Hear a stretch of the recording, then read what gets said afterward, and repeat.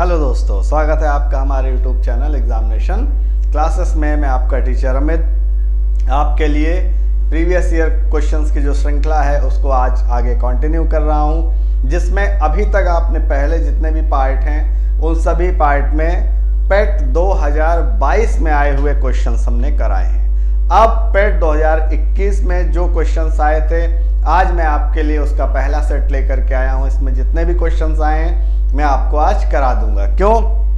Previous year को बार बार करना इसीलिए आवश्यक होता है क्योंकि इससे आपको आइडिया मिलता है, क्वेश्चंस के लेवल का आइडिया मिलता है, कितनी आपको तैयारी करनी है, कितने लेवल पे जाकर के करनी, ये सारे आइडियाज आपको मिलते हैं। और उम्मीद मैं कर रहा हूँ कि आप अपनी पढ़ाई को अच्छे से कर रहे होंगे, किसी भी तरह से अपना टाइम वेस्ट मत कीजिए क्योंकि पेट की इम्पोर्टेंस आपको अच्छे से 2 सालों में पता चल गई होगी कि अगर आपके नंबर अच्छे नहीं आते हैं तो आपको आने वाली वैकेंसीज में मौका नहीं मिलता है, क्योंकि इतनी बड़ी बड़ी वैकेंसीज नहीं आती हैं जिसमें कि 2-2, 4-4 लाख लोगों को शॉर्ट आउट किया जाए या उनकी शॉर्ट लिस्टिंग की जाए।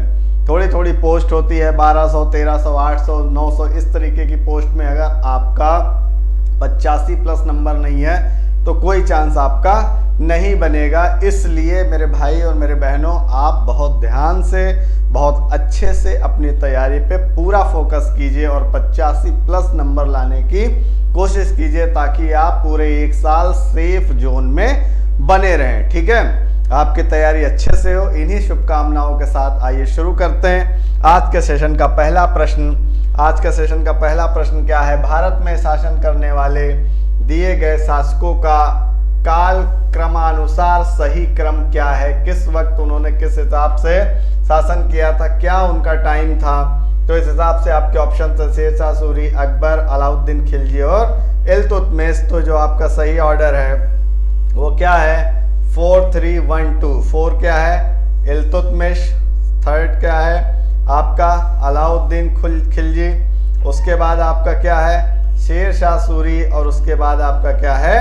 अकबर। ठीक है, तो सबसे पहले किसने शासन किया? इल्तुतमिश ने किया। उसके बाद शासन किसने किया? अलाउद्दीन खिलजी ने किया। फिर किसने किया? शेरशाह सूरी ने किया। और उसके बाद किसने किया? अकबर ने। इसका मतलब है नंबर 1 पहले ये, फिर ये 2, फिर ये 3 और ये 4। इस हिसाब से शासन किया इन लोगों ने। ठीक, अगला क्वेश्चन देखिए। Which one of the following saint was contemporary of Shivaji? निम्नलिखित में से कौन से संत शिवाजी के समकालीन थे? ठीक है, तुकाराम, चैतन्य, नामदेव या फिर शंकराचार्य। तो जो शिवाजी के समकक्ष थे वो थे आपके तुकाराम। शिवाजी के समकक्ष कौन थे? तुकाराम थे। ठीक है, next, Who was the first governor general of Bengal? Bengal का फर्स्ट गवर्नर जनरल कौन था? बंगाल का फर्स्ट गवर्नर जनरल कौन था? Lord Clive, lord Warren Hasting या लॉर्ड लिटन या फिर लॉर्ड रिपेन। तो आप सब जानते हैं कि बंगाल का जो प्रथम गवर्नर जनरल था वो कौन था? लॉर्ड वॉरेन हेस्टिंग था। जो बंगाल का प्रथम गवर्नर जनरल था वो कौन था? लॉर्ड वॉरेन हेस्टिंग था। चरक संहिता इज अ वर्क ऑन? चरक संहिता किससे संबंधित है? राजनीति, चिकित्सा, वास्तुकला या फिर गणित। तो ये किससे संबंधित है? ये मेडिसिन से संबंधित है, चिकित्सा से संबंधित है। चरक संहिता किससे संबंधित है? चिकित्सा से संबंधित है। ठीक है, विच one of the following pair is incorrectly match? इनमें से कौन सा जोड़ा सही नहीं है? कौन सा जोड़ा सही नहीं है?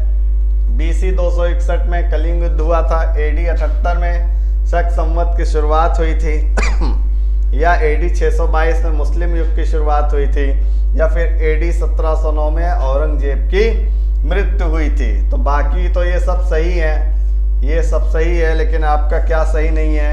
AD 1709 में औरंगजेब की मृत्यु हुई थी। ठीक है, AD 1709 में औरंगजेब की मृत्यु हुई थी, ये सही नहीं है। Who among the following is known as grand old man of India? किसे भारत के ग्रैंड ओल्ड मैन के नाम से जाना जाता है? दादा भाई नौरोजी, WC बनर्जी।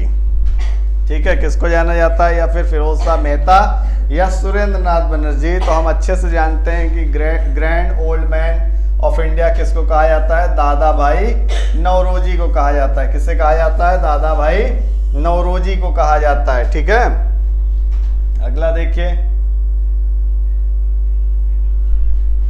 अगला क्या है? निम्न का मिलान कीजिए। ब्रह्म समाज, स्वामी विवेकानंद, रामकृष्ण मिशन, दयानंद सरस्वती, आर्य समाज, राम मोहन राय, सत्य शोधक समाज के श्रद्धालु नायडू, और फिर इसके बाद है ज्योतिराव फूले। अब क्या है इसमें? तीसरा, पहला, दूसरा, पांचवा। इसमें सही मिलान क्या है? आपका सही ऑप्शन क्या है? सी ऑप्शन है, 3 1 2 5, 3 1 2 5। ठीक है, इसका ये मिलान है। अगला देखिए, who gave the slogan do और डाई? किसने ये नारा दिया था भैया? किसने ये नारा दिया था? करो या मरो। सरदार पटेल ने, जवाहरलाल नेहरू ने, सुभाष चंद्र बोस ने, या फिर महात्मा गांधी ने? तो आपको अच्छे से मालूम है कि करो या मरो का नारा किसने दिया था? महात्मा गांधी ने दिया था। करो और मरो का नारा किसने दिया था? महात्मा गांधी ने। When Subhash Chandra Bose resigned from the presidency of Indian National Congress, the seat was offered to। जब सुभाष चंद्र बोस ने भारतीय राष्ट्रीय कांग्रेस के अध्यक्ष पद से क्या कर दिया था? रिजाइन कर दिया था, इस्तीफा दे दिया था। तो ये पद किसको दिया गया, या इस पद का प्रस्ताव किसको दिया गया? जवाहरलाल नेहरू, पट्टाभी सीतारामैया, या डॉक्टर राजेंद्र प्रसाद, या फिर जेबी कृपलानी? तो जो सुभाष चंद्र बोस ने रिजाइन कर दिया था उसकी अध्यक्षता से, तो उनकी जगह पर यह ऑफर किसको किया गया था? ये पद डॉक्टर राजेंद्र प्रसाद को। The Salal hydro electric project is located across the river. Salal पनबिजली परियोजना किस नदी पर स्थित है? झेलम, रावी, चिनाब या ब्यास? तो ये जो सलाल पनबिजली योजना है ये किस पर है? आपके चिनाब नदी पर है। ठीक है, अगला देखिए, वसंत विषुव होता है। वर्नल इक्विनॉक्स टेक्स प्लेस ऑन 21 मार्च, या फिर 18 जून, या फिर 23 सितंबर, या फिर 22 दिसंबर। मतलब 21 मार्च को होता है, 18 जून को होता है, 23 सितंबर को होता है, या 22 दिसंबर को होता है। तो जो वसंत विषुव होता है, वर्नल इक्विनॉक्स जो होता है, वो आपका क्या होता है? 21 मार्च। इसका मतलब है कि 21 मार्च को वसंत विषुव होता है।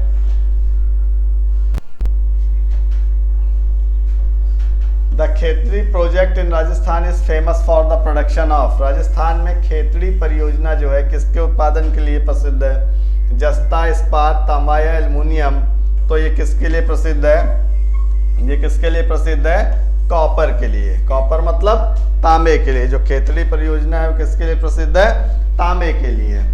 The Kaziranga national park is situated in? कहाँ पर है काजीरंगा राष्ट्रीय उद्यान? मध्य प्रदेश, असम, पश्चिम बंगाल या फिर केरल? तो काजीरंगा जो है वो आपका कहाँ पर है? असम में है। काजीरंगा जो उद्यान है ये कहाँ पर है? असम में है। निम्नलिखित में से कौन सी हिमालयी नदी तंत्र की नदियां हैं? Which of the following are river of the Himalayan river system? Brahmaputra, Ganga, Godavari या फिर कावेरी? तो इसमें आपका सही आंसर क्या है? दूसरा और तीसरा। क्या है? दूसरा और तीसरा। गंगा और ब्रह्मपुत्र जो है वो क्या है? हिमालयन रिवर सिस्टम का एक हिस्सा है। ठीक है, ये क्या है? हिमालयन रिवर सिस्टम का ही एक पार्ट है। कौन? ब्रह्मपुत्र और गंगा। अगला देखिए, बैंक रेट मीन्स? बैंक दर का क्या अर्थ है? साहूकारों द्वारा ली जाने वाली ब्याज दर, interest rate charge by money lenders, या interest rate charge by scheduled bank, अनुसूचित बैंकों द्वारा ली जाने वाली ब्याज दर, rate of profit of banking institution, banking संस्थाओं के लाभ की दर, या फिर official rate of interest charge by the central bank of the country, देश के केंद्रीय बैंक द्वारा ली जाने वाली आधिकारिक ब्याज। तो जो बैंक दर होती है वो क्या होती है? ये सेंट्रल बैंक द्वारा ली जाती है, सेंट्रल बैंक ऑफ इंडिया। समझ गए? क्या होती है? जो भारत का केंद्रीय बैंक है, देश का केंद्रीय बैंक है, उसके द्वारा लेने जाने वाली आधिकारिक बैंक ब्याज दर होती है ये। If RBI reduces the cash reserve ratio what will happen to the credit creation. यदि आरबीआई नगद कोषानुपात को घटा दे तो साख सृजन पर क्या असर पड़ेगा। There will be no impact, कोई असर नहीं होगा। इट विल डिक्रीज, घट जाएगी। इट विल इंक्रीज, बढ़ जाएगी, या फिर इनमें से कोई नहीं। तो अगर बैंक ऐसा करता है, आरबीआई ऐसा करता है, तो क्या हो जाएगा, इट विल इंक्रीज, मतलब क्या हो जाएगा, बढ़ जाएगी। ठीक है। In which of the following type of economic resources are owned privately and the main objective behind economic activities is profit making। इनमें से किस प्रकार की अर्थव्यवस्था में संसाधनों पर निजी अधिकार होते हैं और आर्थिक गतिविधियों का मुख्य उद्देश्य लाभ अर्जित करना होता है। तो ये होता है कैपिटलिस्ट में, मतलब पूंजीवादी में। किस में होता है, पूंजीवादी अर्थव्यवस्था में संसाधनों पर निजी अधिकार होते हैं और आर्थिक गतिविधियों का मुख्य उद्देश्य लाभ अर्जित करना होता है। ठीक है। The 100 rupees note bear the signature of 100 रुपए का नोट जो होता है, 100 रुपए का जो नोट है उस किसके द्वारा उस पे हस्ताक्षर होते हैं, किस पे उसका साइन होता है। तो आरबीआई गवर्नर, भारत के राष्ट्रपति, वित्त मंत्री या फिर वित्त सचिव। तो जो 100 रुपए का नोट होता है उस पे किसका साइन होता है, आरबीआई गवर्नर। जो भारत का रिजर्व बैंक ऑफ इंडिया है उसके गवर्नर का साइन इस पे होता है। What is the full form of FEMA. FEMA का फुल फॉर्म क्या है, fund exchange media agency, foreign exchange management act, या फिर finance and export management association, या फिर फॉरेन एक्सपोर्ट मार्केट एजेंसी। तो ये आपका है होता है, पहले एफ का होता है फॉरेन, दूसरे ई का होता है एक्सचेंज, एम का होता है मैनेजमेंट और ए का होता है एक्ट। ठीक है। इस हिसाब से क्या बनता है, ये फॉरेन एक्सचेंज मैनेजमेंट एक्ट बनता है। The public health and sanitation is included in constitution of India. इन भारत के संविधान में जन स्वास्थ्य एवं स्वच्छता किसमें शामिल है, राज्य सूची में, समवर्ती सूची में, संघ सूची में, इनमें से कोई नहीं। तो जन स्वास्थ्य जो होता है और स्वच्छता जो होती है वो किसमें होती है, राज्य सूची होती है, अपने अपने राज्यों का विषय होता है। ठीक है। अगला देखिए, Panchayat Raj system in India laid down under. Bharat में पंचायती राज व्यवस्था इसके अंतर्गत रखी गई है। फंडामेंटल राइट मतलब मूल अधिकार, फंडामेंटल ड्यूटीज मतलब मौलिक कर्तव्य, directive principle of state policy मतलब राज्य के नीति के निदेशक तत्व, या फिर नन ऑफ दीज। तो ये जो भारत में पंचायती राज व्यवस्था है ये किस में रखी जाती है, directive principle of state policy. इसको शॉर्ट में क्या कहते हैं, डीपी।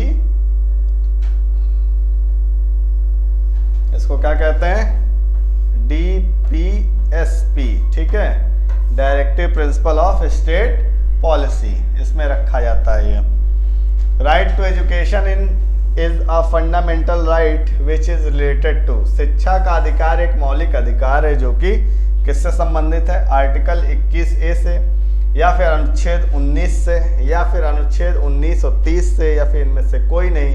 तो जो इस शिक्षा का अधिकार है ये किससे संबंधित है, ये आपका आर्टिकल 21A, इसका मतलब अनुच्छेद 21A से संबंधित है शिक्षा का अधिकार। Who among the following moved the objective resolution in the Constituent Assembly? निम्नलिखित में से किसने संविधान सभा में उद्देश्य प्रस्ताव रखा। किसने कहां पर, संविधान सभा में उद्देश्य प्रस्ताव रखा। जवाहरलाल नेहरू, महात्मा गांधी, B.R. अम्बेडकर या फिर आपके B.N. राव। तो जो संविधान सभा में उद्देश्य प्रस्ताव रखा था वो किसने रखा था, जवाहरलाल नेहरू ने रखा था। किसने रखा था, जवाहरलाल नेहरू ने रखा था। ठीक है। In which article of Indian constitution the interest of minorities are covered. भारतीय संविधान के किस अनुच्छेद में अल्पसंख्यकों के हित निहित हैं। पहला है अनुच्छेद 21, अनुच्छेद 24, अनुच्छेद 29 या फिर इनमें से कोई नहीं। तो माइनॉरिटीज के जो हित हैं, जो अल्पसंख्यकों के हित हैं, वो कहाँ पर हैं, आर्टिकल नंबर 29, जिसे हिंदी में कहते हैं अनुच्छेद नंबर 29 में माइनॉरिटीज या अल्पसंख्यकों के हित निहित हैं। ठीक, current carrier in solid conductor are what? ठोस चालक में धारा वाहक क्या होते हैं? प्रोटॉन, न्यूट्रॉन, मुक्त इलेक्ट्रॉन या फिर इनमें से कोई नहीं। तो ना प्रोटॉन होते हैं ना न्यूट्रॉन होते हैं, ये होते हैं मुक्त इलेक्ट्रॉन, मतलब फ्री इलेक्ट्रॉन्स होते हैं जो ठोस चालक में वाहक का काम करते हैं या ठोस में धारा वाहक का काम करते हैं। ठीक है, अगला देखिए, light year is a unit of measurement. प्रकाश वर्ष किसके मापन की इकाई है? Speed of rocket measured in a year. एक वर्ष में मापी गई रॉकेट की गति से। Distance travelled by sound in a vacuum during 1 year. एक वर्ष में निर्वात में ध्वनि द्वारा चली गई दूरी। या फिर distance travelled by light in a vacuum during 1 year. एक वर्ष में निर्वात में प्रकाश द्वारा चली गई दूरी। या फिर स्पीड ऑफ एरोप्लेन, हवाई जहाज की गति। तो ये क्या होता है? एक वर्ष में निर्वात में प्रकाश द्वारा चली गई दूरी को हम क्या कहते हैं? प्रकाश वर्ष कहते हैं। किसको? Distance travel by light in a vacuum during 1 year. इसी तरह कहते हैं कि 1 प्रकाश वर्ष, 2 प्रकाश वर्ष, 3 प्रकाश वर्ष। तो यही होता है ये 1 साल में चली गई प्रकाश की दूरी। The chemical name of bleaching powder is. Bleaching powder का केमिकल या रासायनिक नाम क्या है? कैल्शियम सल्फेट, कैल्शियम ऑक्सीक्लोराइड या फिर सोडियम बाइकार्बोनेट या सोडियम क्लोराइड। तो ये क्या होता है? Sorry, calcium oxychloride. क्या होता है?